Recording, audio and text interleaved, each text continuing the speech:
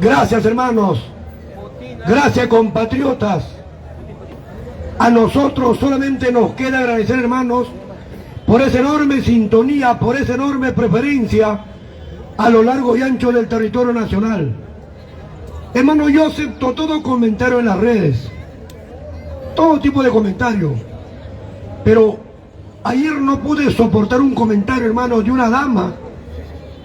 Una dama, tengo el nombre, no lo voy a decir, me dice lo siguiente, ¿no? ¿De qué vive ese vago? ¿Dónde trabaja? Nunca le he visto en las protestas. Roba a la gente, estafa a la gente. Entonces yo no soy santo, hermano, y lo he contestado peor. El que tanta maldad, esa es maldad, hermano. Le voy a responder acá. Cuando usted me dice, señora dama, ¿dónde trabajo? Yo soy pensionista del glorioso Ejército del Perú. Y lo que a mí me pagan es 5 o 6 veces más lo que gana un obrero que ha trabajado hasta los 65 años de edad y hoy va a trabajar hasta los 75 años de edad por un mísero sueldo de 480 soles. Cuando usted me dice vago, no soy vago. Hoy día estaba vendiendo mis flautas en el mercado de Santa María en Canto Grande. De eso vivo.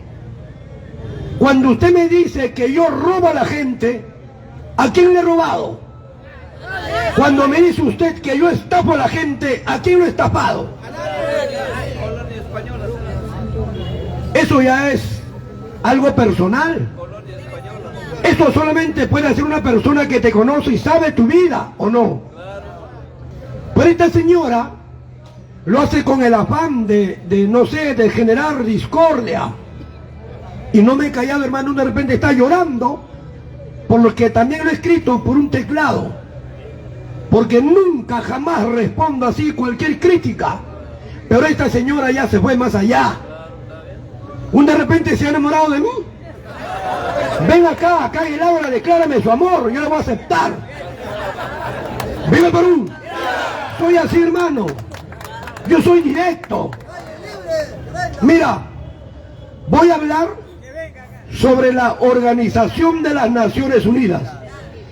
Pero quiero ver algo como manera de introducción. Voy a referirme un poco a la señora Patricia Chirinos. ¿Y por qué me voy a referir a esta señora? Porque esta señora fue el que ha presentado el proyecto de ley para destituir a los 7 magistrados de la Junta Nacional de Justicia que estaba investigando a la fiscal Patricia Benavides. Mira, ¿quién es esta señora? Patricia Chirinos. Patricia Chirinos es hija de este delincuente ratero que solamente paraba en la salita del CIN, que le lamía las botas a Vladimiro Montesinos Torres, ese feo carezapato llamado Enrique Chirinos Soto. Dele su hija. Y este señor le hizo o educó a su hija Patricia con la plata que le entregaba Vladimiro Montesinos Torres, porque llegaba casi cada cierto tiempo al CIN para lustrarle los zapatos, para limpiar el piso. Muy bien. ¿Quién más es la señora Patricia Chirinos? Fue regidora, fue alcaldesa de La Perla. ¿Y a qué organización pertenecía? A Chimpún Callao, una organización criminal cuyo líder está preso en Piedragorda. ¿Cómo se llama? Otro. ¿Cómo? Félix Moreno. De Sacanteres, delincuenta. Mira, esta señorita se casó con quien era dueño de este edificio llamado León Ru. Este pata le llevaba 40, casi 50 años de ventaja. ¿Quién era más esta señora Patricia Chirinos? Fue la urraca de Magali Medina. Ahí trabajaba. la urraca de Magali Medina. Ahí dice que ella se enamora del viejito y se casan. A los meses muere el señor León Rupp. ¿Ah? Pero ¿quién era León Rupp? Era otro delincuente. Hermano, ¿quién tiene acá más de 70 años? Levante la mano. ¿Cuántos años tiene usted, caballero? 60. Este no ha tomado agua de puquio, pe carajo. Ah, mire, hermanos, León Rupp era un empresario. León Rupp, el esposo de la señora Patricia Chirinos, tenía un banco, el Banco Industrial y de Construcción, creo que se llamaba, ¿no? El BIC tenía León Rupp, Banco Industrial de la Construcción, así más o menos. Pero también tenía otra empresa que se llamaba Vulcano, ¿recuerdan? ¿No recuerda tu promo? ¿De dónde habrá vivido este cojudo, carajo? Vulcano. Mira, ¿qué cosa hizo este señor León Rupp? Como tenía su banco, el BIC tenía su banco, y como su empresa Vulcano necesitaba dinero, su banco le presta dinero a su empresa Vulcano. Muy bien. Y Vulcano nunca devolvió el dinero al banco de su propio dueño, al BCI, a León Rupp. Y León Rupp dijo, mi banco está en quiebra. ¿Quién salvó al banco de León Rupp? Manuel Ulloa Elías. Él lo salvó. Con el BCR y el Ministerio de Economía y de Finanzas le entregaron 70 millones de dólares. Después le entregaron 17 millones de dólares más al banco de León Rupp. Pero eso se descubrió que era un robo. ¿Qué hizo León Rupp? Se fue al extranjero. Se fue, ya se escapó. ¿Y hasta cuándo se escapó? Hasta que prescriba su delito y regresó con Alan García Pérez. Regresa, entonces no pasó nada, nadie lo investigó, pero seguía siendo dueño del Hotel Bolívar.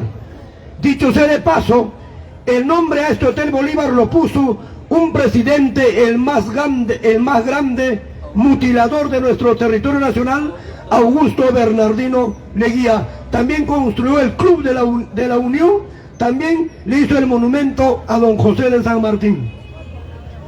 Entonces, cuando León Rupp regresa al Perú, sus empleados se levantaron, protestaron, y como León Rupp no tenía plata para pagar, la mitad de eso le entregó a sus empleados y la mitad se quedó con la señora Patricia Chirinos.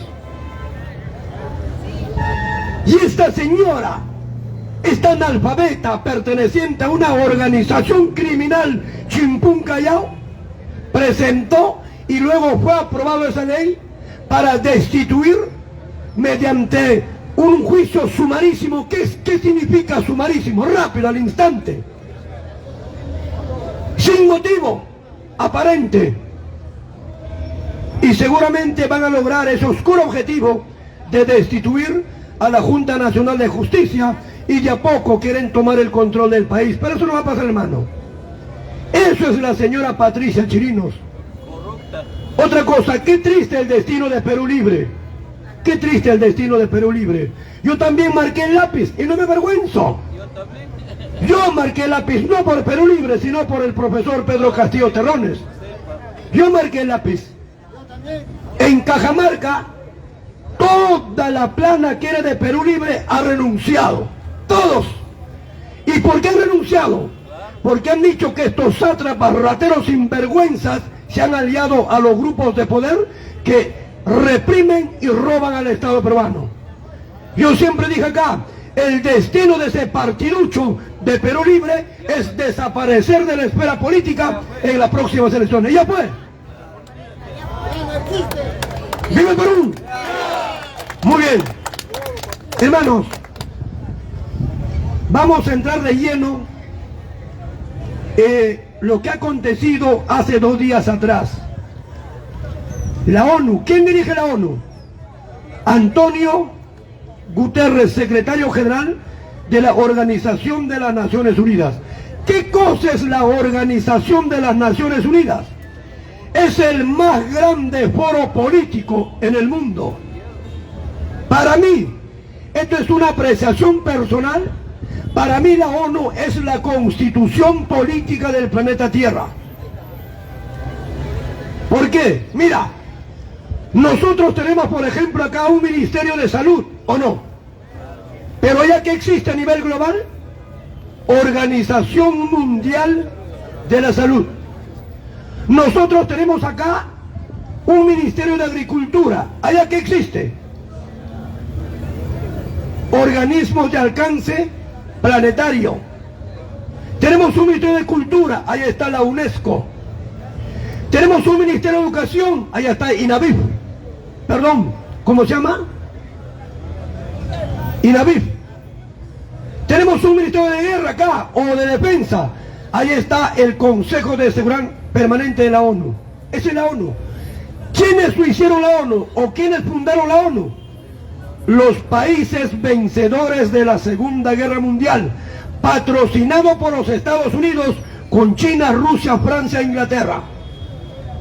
Pero antes de la ONU existía otro organismo que se llamaba la Sociedad de Naciones, que fue fundada el 10 de enero del año 1920, cuando termina la Primera Gran Guerra o la Primera Guerra Mundial. ¿Y cuándo se crea la ONU? 26 de junio del año 1945, y el Perú fue un estado fundador de la ONU. En el año de 1945 gobernaba el Perú el señor Manuel Prado Ugarteche, uno de los hijos de este traidor Mariano Ignacio Prado. Este señor tenía un canciller, se llamaba Carlos Ulloa Sotomayor, y él es que firma también la Carta Fundacional de la ONU el 26 de junio de 1945. Muy bien. ¿Y cuál es el papel principal que debe de cumplir la Organización de las Naciones Unidas? ¿Quién sabe? ¿Cuál es el rol fundamental que la humanidad lo encargó a la ONU, que hoy agrupa 193 países? ¿Por qué se crea la ONU? ¿Cuál fue la finalidad de la creación de la ONU? ¿Cómo? Es que ya no nos enseñan historia universal, ya no hay. ¿Sabes cuál es el fin supremo de la ONU, hermano? Mantener la paz mundial. Ese es el fin de la ONU, mantener la paz mundial. Pero no lo ha logrado. Menos aún puede tener esta guerra en Europa del Este. Ahí quiero llegar. Todos sabemos, hermano, los acontecimientos que se están dando entre Rusia y Ucrania. Rusia prácticamente tiene acorralado a toda Ucrania, y sin utilizar armamento de destrucción masiva. Ya lo tomó. La ONU se ha dado cuenta. Tal es así que hace 2 días atrás el secretario general de la Organización de las Naciones Unidas, el señor Antonio Guterres, ha dicho lo siguiente: estamos analizando la posibilidad de aceptar la demanda de la Federación Rusa. Mire lo que ha dicho, ¿eh? Estamos analizando en aceptar, ¿no?, las recomendaciones de la Federación Rusa, que lo dirige Vladimir Putin desde el año 1999. Leo, más allá, hermano. Del año 1999. ¿Qué cosa ha dicho Putin? ¿Y por qué la ONU reaccionó así? Porque la hambruna está atacando al África, no solo al África, sino a todo el continente europeo y como consecuencia al mundo entero. ¿Cuál es? ¿Qué pliego ha presentado el señor Putin ante la ONU? Lo de siempre. ¿Qué cosa dice Putin? Dice lo siguiente: todas las provincias que está bajo control ruso en este momento, debe de ser reconocido como repúblicas independientes por el mundo, o todos los países tienen que reconocerlo como repúblicas independientes. Con esto Ucrania prácticamente queda reducido a la nada. ¿Qué cosa más pide Vladimir Putin? Dice lo siguiente: todo el bloqueo comercial contra Rusia debe de ser levantada. Así dice. Entonces la ONU, que ha dicho, lo van a analizar, lo van a cumplir. ¿Por qué? Porque la propia Unión Europea, el señor Borrell, creo que se llama, es el presidente de la Eurocámara, dijo hace una semana atrás: debemos de mirar con mucho respeto, no es potencia, es una superpotencia. ¿A qué país se refería? A la China. Y dijo, si nosotros le hacemos frente a la China nos va a arrollar. La Eurocámara se ha pronunciado así. Y dicen lo siguiente, recordemos qué es lo que dijo Putin anteriormente. Dijo lo siguiente: Estados Unidos quiere desaparecer la industria en Europa. Estados Unidos no quiere que los europeos consuman petróleo, gas y granos rusos, porque los quiere asfixiar.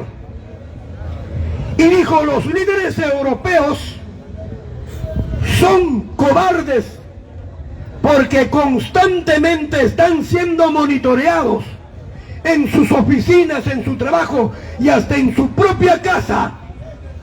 No, le han colocado dispositivos de escucha, Putin. Y él dijo, estos son cobardes, aceptan todo tipo de humillación con tal de satisfacer al imperio del mal. Él también dijo, Estados Unidos fue el único país que lanzó las 2 bombas atómicas en Japón el 6 y el 9 de agosto de 1945, Nagasaki y Hiroshima. Luis dice, lo hizo con un objetivo: amedrentar al mundo y a Rusia. También dijo de que a finales de la Segunda Guerra Mundial los norteamericanos bombardearon varias ciudades de Alemania cuando ya no había necesidad de una intervención militar. También dijo, bombardearon Corea, bombardearon Vietnam, bombardearon Afganistán para imponernos su política de terror en nombre de la libertad, en nombre de la democracia. Biden está asustado porque va a perder control. Ya lo perdió en Medio Oriente, ya lo perdió. ¿Por qué? Porque su principal aliado, Arabia Saudita, se ha unido al BRICS. Y para darle más base a esto de que Estados Unidos ya no controla Medio Oriente, Irán, recordemos que Irán y Arabia Saudita son países musulmanes, practican la religión, el islamismo, pero los sauditas son sunitas y los iraníes son chiitas, son la versión del Islam y se tienen bronca en eso. Pero hoy se han unido los 2 países, los 2 mayores productores de crudo en el mundo. ¿Y quién controla el crudo o el flujo de crudo de Medio Oriente hacia el mundo? Irán. ¿Por qué? Porque Irán no tiene el control de un estrecho estratégico que se llama el estrecho de Hormuz, porque ahí sale el 45% del petróleo del Golfo Pérsico que abastece al mundo. Esos 2 más grandes productores se han unido al BRICS. Y el día de ayer, mira, el día de ayer el presidente de la India le hizo entrega simbólica del primer billete de 100 BRICS. ¿A quién? A Arabia Saudita.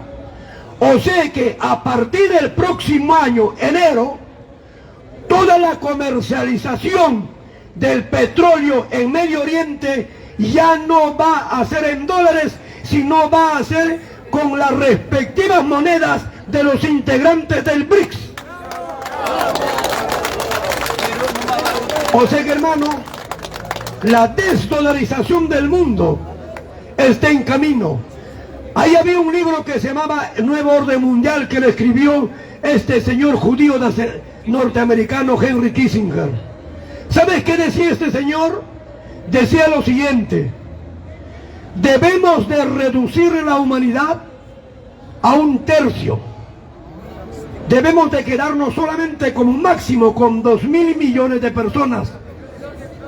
Pero para eso se tendría que emplear diferentes formas o mecanismos para lograr ese objetivo. Lo puedo explicar acá, pero en el primer momento que toque esto, nos eliminan, nos cierran el programa.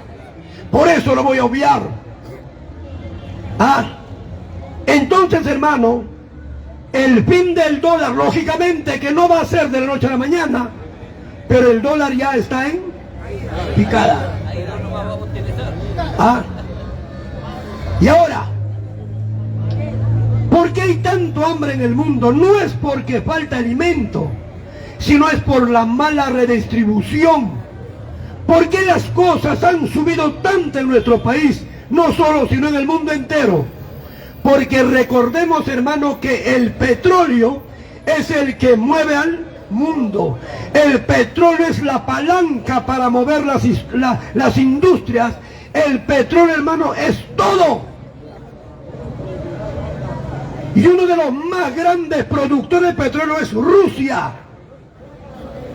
Hace 2 días atrás se pronunció el Papa. Ese Papa argentino, a quien Milei le dijo: ese Papa es satánico. ¿Recuerdan? Ya. Mira lo que dice el papado. Siempre el papado ha estado al servicio de los imperios. Siempre el papado ha servido a aquellos que explotan a los más vulnerables. Siempre.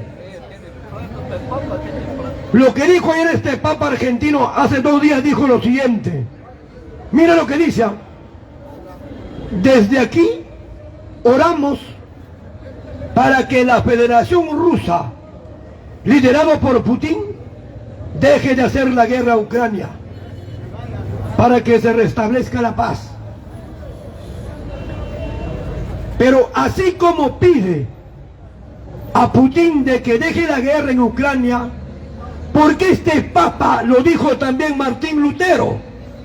Martín Lutero decía: el papado no sirve a Dios, el papado sirve a Satanás. Dios mío, líbralo del papado. ¡Viva el Perú!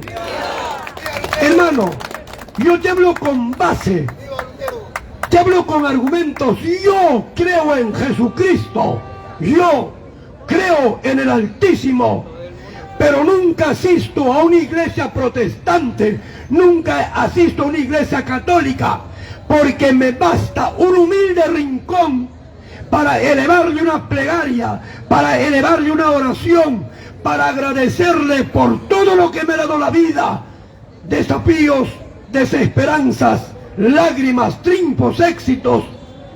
Por eso le agradezco. Eso soy yo, pero no creo en el papado. Si ustedes supieran la verdadera historia del papado, daría asco el papado. El papado habla de hambre. El papado dice: el mundo tiene hambre, que Rusia debe de vender sus granos, pero no dice que Rusia no puede vender sus granos, no puede vender su gas, no puede vender su petróleo al mundo, porque el bloque de la OTAN lo ha bloqueado. Señor Papa imbécil. Por eso no puede vender. Por eso en su petitorio en la ONU Putin dice: quiero que me desbloqueen todo, y mis 600.000 millones de dólares que están en los bancos norteamericanos.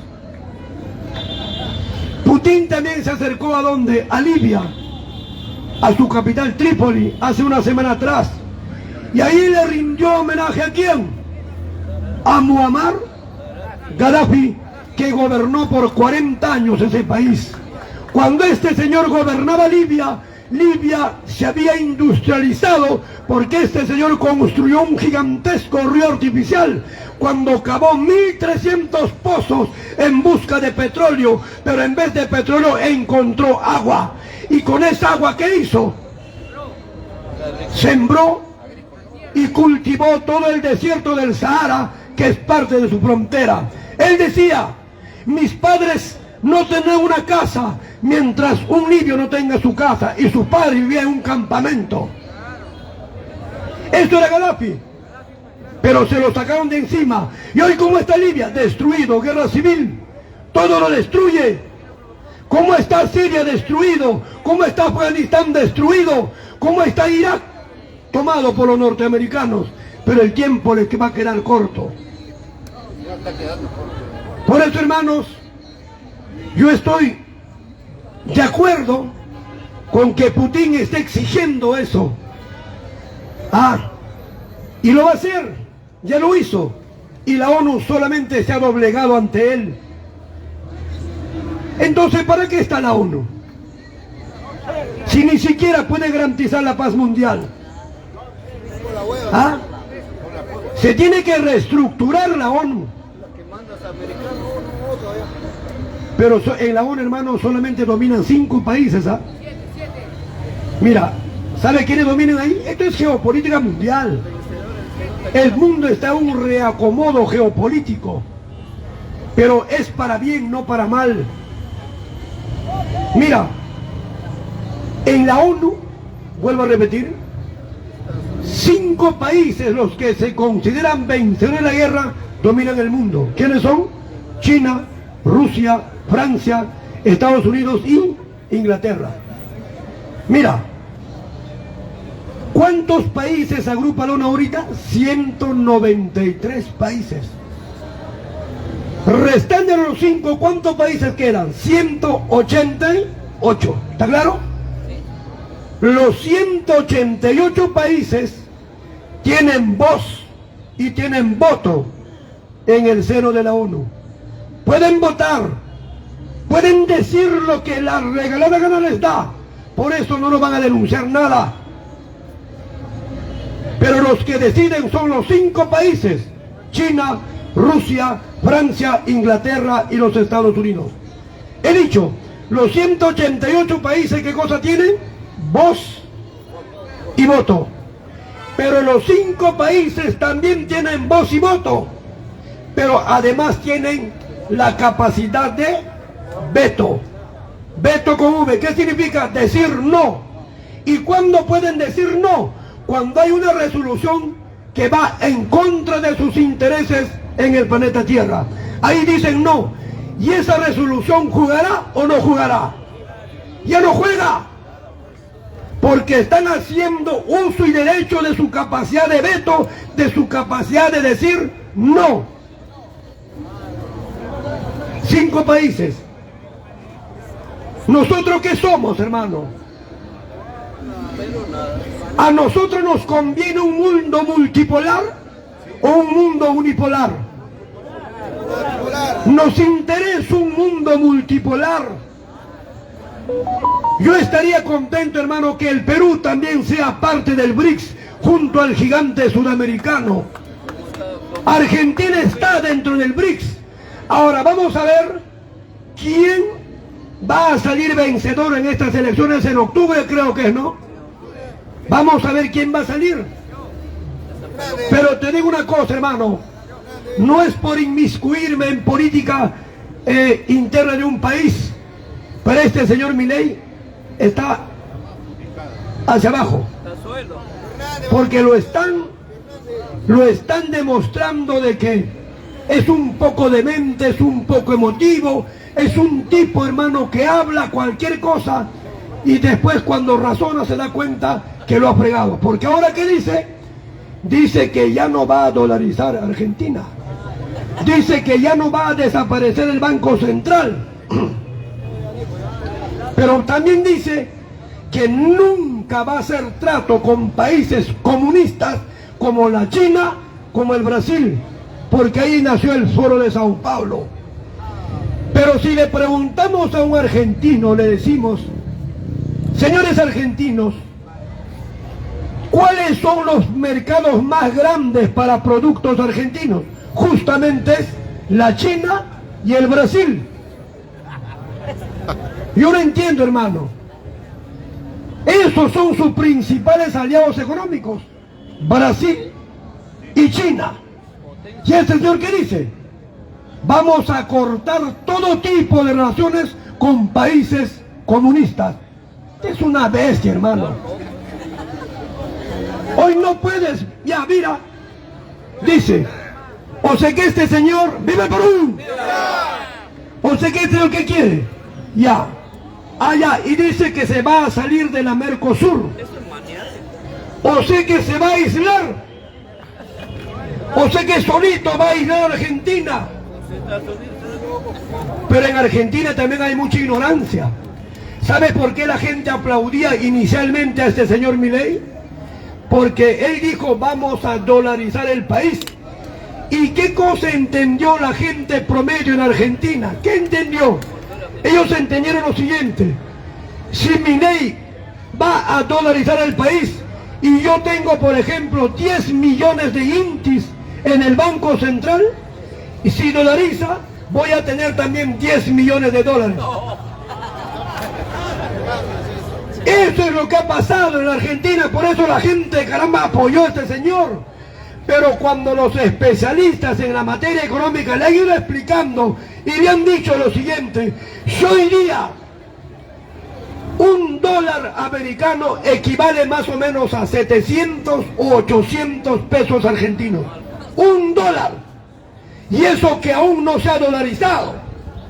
Y estiman, dice, si Argentina se dolariza, entonces cada dólar podría equivaler tranquilamente a 4.000 pesos.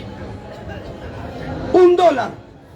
Y como han ido explicándole al pueblo argentino de a poco, le han ido explicando, entonces se están dando cuenta que este señor es muy bocón. Es muy bocón.